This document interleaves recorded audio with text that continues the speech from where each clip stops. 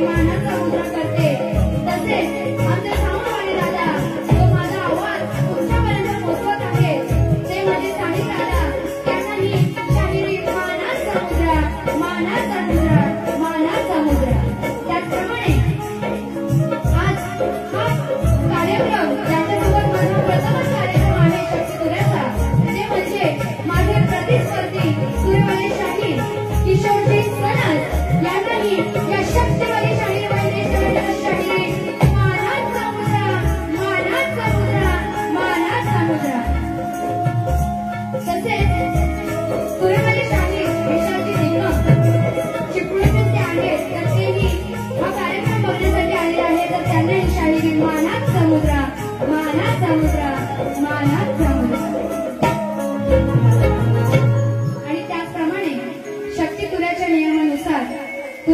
त्यांनी आपलं प्रमाणपत्र प्रश्नपत्र घेऊन यायचं आहे।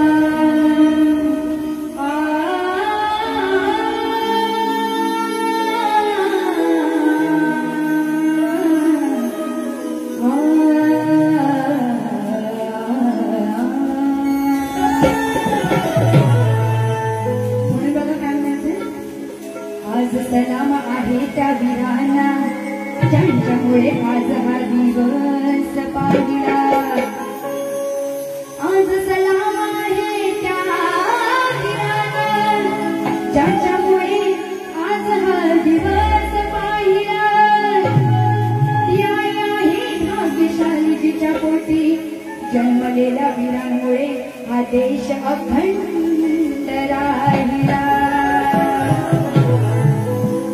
म्हणून बघा काय म्हणायचं, जो तुझा आदर्श घेईल त्याचा उत्कर्ष होईल। ज्याने दिले बलिदान आहे देश अभिमान। बघा आपला देश 15 ऑगस्ट या दिवशी स्वतंत्र झाला, तर देशावरून एक स्तवन गाते, तर नीट लक्षात असू द्या। ज्याने दिले बलिदान आहे देश अभिमान। अखेर शेवटी मुक्ती घ्यावे भारताचे नाम, अशा देशभगत शूर वीरांना, अशा देशभगत शूर वीरांना, की या देशभक्तांमुळे आपला देश स्वतंत्र झाला, अशा देशभगत शूर वीरांना मानाचा मी करते सलाम। अशा देशभगत शूर वीरांना मानाचा मी करते सलाम।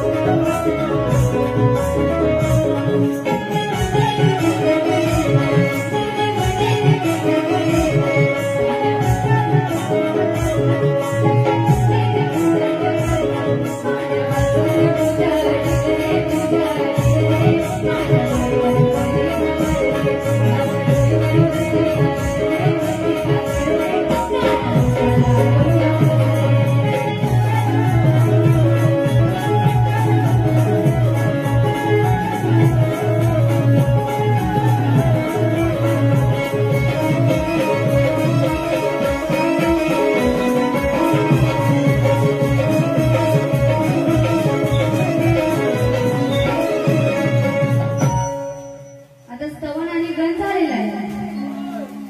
आता सगळ्यांना उत्सुकता झाली ती कशाची? गवळणीची. आवाज येतोय तुमचा जरा ना? मला माहिती उशीर झालाय तर झोप नाही आली कोणाला? नक्की. आता बघा किशोरजी तुमच्यासोबत हा माझा पहिलाच कार्यक्रम आहे. त्यांच्यासोबत हा माझा प्रथमच कार्यक्रम आहे. बुवा जर तुम्ही कुठे आतमध्ये असाल तर बाहेर येऊन माझी गवळणी लक्ष देऊन ऐका. बुवा आता माझ्यापेक्षा वयाने मोठे आहेत. तुमचा मान राखूनच बारी करणार आहे. आणि इथे महिला मंडळ सुद्धा आहे. एवढा उशीर झाला आहे तरी सुद्धा बारी करण्यासाठी ते उपस्थित आहे महिला मंडळ. तर तुमचा सुद्धा मान राखून मी बारी करेन. गवळण अगदी शास्त्रात आहे पण तुम्हाला मजा पण आली पाहिजे की नाही? आवाज येऊ द्या. असा आवाज आला पाहिजे. गवळणीला सुरुवात करायची. किशोरजी तुमचं नीट लक्ष असू द्या. आणि ह्या रणांगणात हे कोण आहे? कान्हा, बरोबर ना? श्रीकृष्ण मुलीवाला. तर बुवा तुमचं नीट लक्ष असू द्या. म्हणून बघा काय म्हणायचंय. या गवळ्याच्या पोरीला कान्हा तू कमजोर समजू नको. म्हणाले बुवांपेक्षा थोडी लहान आहे म्हणून या गवळ्याच्या पोरीला तू कान्हा कमजोर समजू नको. मी राधा गोरी तू कृष्ण काळा वाटेला माझ्या जाऊ नको. मोडीन तुझी घोडी असा तू वागू नको. मोडीन तुझी घोडी हे कान्हा असा तू वागू नको. आणि चोरानंद किशोरा मला तू अडपण समजू नको. बघा पण काय म्हणायचंय. आता हा आजचा दिवस. आता आजच म्हणायला लागेल. आजचा हा दिवस कोणता आहे? दहीहंडीचा आहे. बरोबर आहे ना? तर आज दहीहंडी आहे तर बुवा कसा विषय घेते बघा नीट लक्ष असू द्या.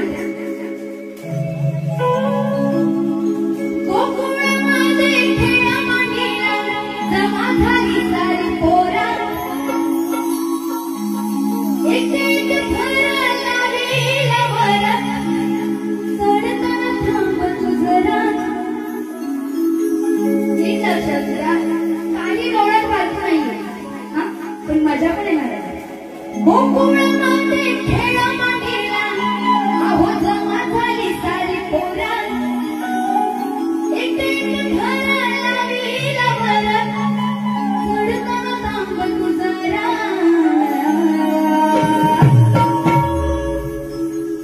खाली चिरडून ऐकायला येतंय मागे. खाली चिरडून चिरडून अरे जातील नंद किशोरा.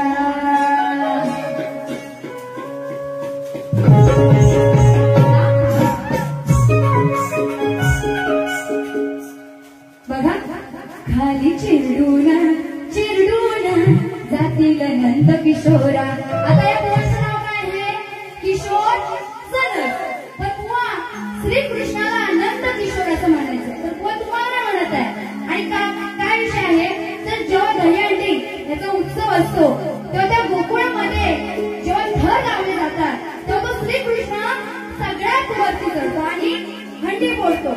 तर ती हंडी फोडण्यासाठी जेव्हा तो श्रीकृष्ण जात असतो तेव्हा तर त्या जे त्याचे सवंगडी आहेत त्यांना असं सांगणं आहे की तुम्ही नीट थर लावा नाहीतर तो श्रीकृष्ण खाली पडेल. आणि खाली चिरडून मग तो श्रीकृष्ण समजा जर खाली पडला तर जे सवंगडी आहेत खाली चिरडून चिरडून जातील नंद किशोर. बुवा तुम्हाला काय बोलत नाही तर ते सवंगडी आहेत ते चिरडून जातील नाही तर बुवांना काहीतरी दुसरं चिरडून जातील असं वाटतंय. हा म्हणून बघा काय म्हणतंय. डोळ्यात घ्यायची ना घ्या.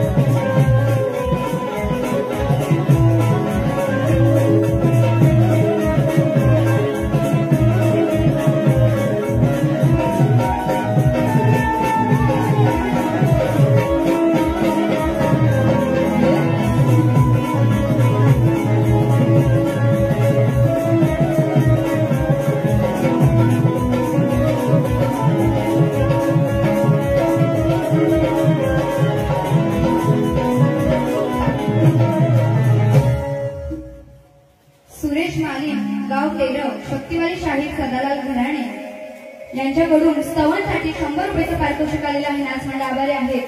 तसेच तुरेवाले शाहीर विशालजी निकम यांच्याकडून नाच मंडळासाठी 200 रुपयाचं पारितोषिक आलेलं आहे, नाच मंडळ आभारी आहे. गौरव झालेले आहेत, पदाला सुरुवात करते. पण त्याआधी बुवांना माझा प्रश्न असा आहे की कपिल कोण, मुनी कोण आणि सवाद कोण आणि त्यांच्या आई वडिलांचे नाव काय? तर बुवा तुम्हाला या प्रश्नाचं उत्तर जर ग्रंथ आधारे देता येत असेल तरच द्या, नाही तर इथे येऊन काही सांगायचं तसं चालणार नाही. बघा पदाला सुरुवात करत आहे.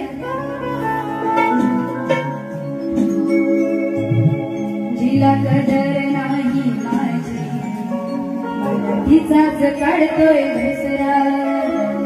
बघा शास्त्रात आहे पण असा कसा हा जन्मात आला, बिन बापाच्या गाडवा. बघा नव्हतं आई बाप त्याला, म्हणून स्वभाव त्याचा कडवा. सांगा कुठून आला हा आडवा, सांगा कुठून आला हा आडवा. या चांडाळा धरून बडवा, सांगा कुठून आला हा आडवा. या चांडाळा धरून बडवा. बघा बुवा, जेव्हा गाधी गंगेत स्नान करण्यासाठी गेलेले असतात तेव्हा त्यांच्या हाती एक चांडाळ नावाचा राक्षस लागतो. तर एवढाच विषय आहे. आणि तो त्याचा जन्म हा पाण्यातून झालेला असतो आणि तो गाधीला चांडाळ नावाचा राक्षस भेटतो. बुवा एवढाच विषय आहे. म्हणून बघा काय म्हणायचंय, असा कसा हा जन्मात आला, तू बिन बापाच्या गाडवा. बघा भोवताई बाप त्याला, पण स्वभाव त्याचा कडवा. सांगा कुठून आला हाडवा, सांगा कुठून आला हाडवा. त्या चांडाळा धरून बडवा, सांगा कुठून आला हाडवा. त्या चांडाळा धरून बडवा, सांगा कुठून आला हाडवा. त्या चांडाळा धरून बडवा, सांगा कुठून आला हाडवा. त्या चांडाळा धरून बडवा. असा कसा हा जन्मात आला, तू बिन बापाचा गाडवा. बघा होताई बाप त्याला, पण स्वभाव त्याचा कडवा. सांगा कुठून आला हाडवा. त्या चांडाळा धरून बडवा, सांगा कुठून आला हाडवा. त्या चांडाळा धरून बडवा.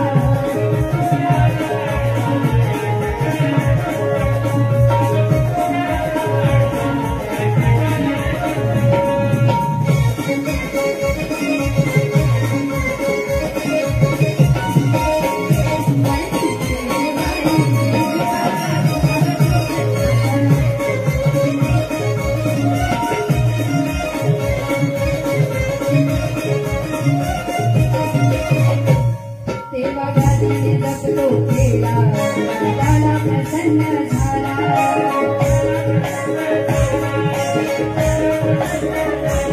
तो गंगेत स्नानाला गेला, त्याला स्वर्गवास झाला.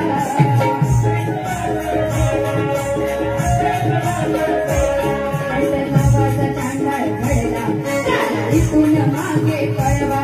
कंठ नावाचा चांडाळ घडला, त्याला इथून मागे पळवा. सांगा कुठून आला हाडवा. या चांडाळा धरून बडवा, सांगा कुठून आला हाडवा. या चांडाळा धरून बडवा, सांगा कुठून आला हाडवा. या चांडाळा धरून बडवा, सांगा कुठून आला हाडवा. या चांडाळा धरून बडवा.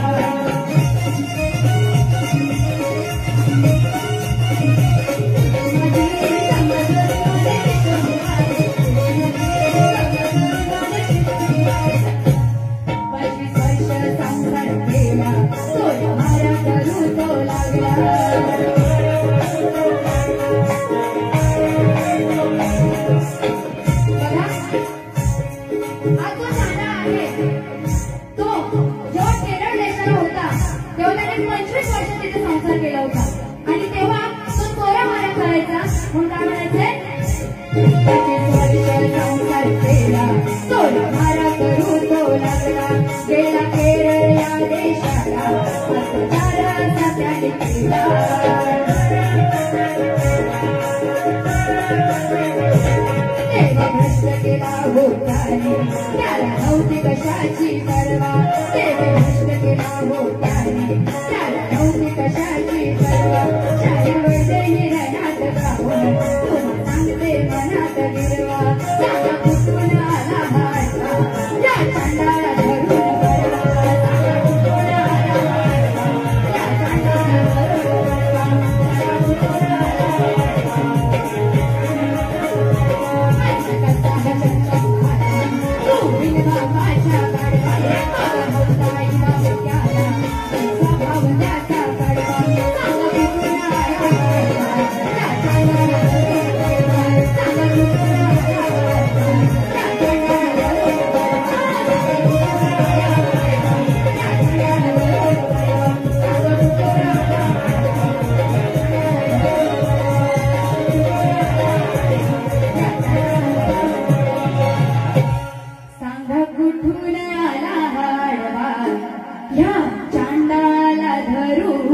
वडवा. तर बुवा अशा प्रकारे मी माझी प्रथम फेरी ते संपवत आहे. पण जाण्याच्या आधी तुम्हाला आधीच सांगते व तुमचा आणि माझा हा पहिलाच कार्यक्रम आहे. मी माझी पहिली बारी अगदी शास्त्रात केलेली आहे, तुम्हाला शास्त्र पटवून सुद्धा दिलेलं आहे. पण जर तुम्ही पहिल्या बारीत येऊन शास्त्र सोडून जर गायलात तर बुवा दुसरी बारी या वैद्यशालाच्या हातात, एवढं लक्षात ठेवायचं. आणि हे सगळे बारी बोलण्यासाठी थांबणारच आहे, थांबणार आहात ना दुसरी बारी बोलण्यासाठी. तर बुवा जर तुम्ही अति फालतूपणा केलात तरी वैद्यशाला काय आहे ते दुसऱ्या बारी तुम्हाला दाखवेल. आणि बुवा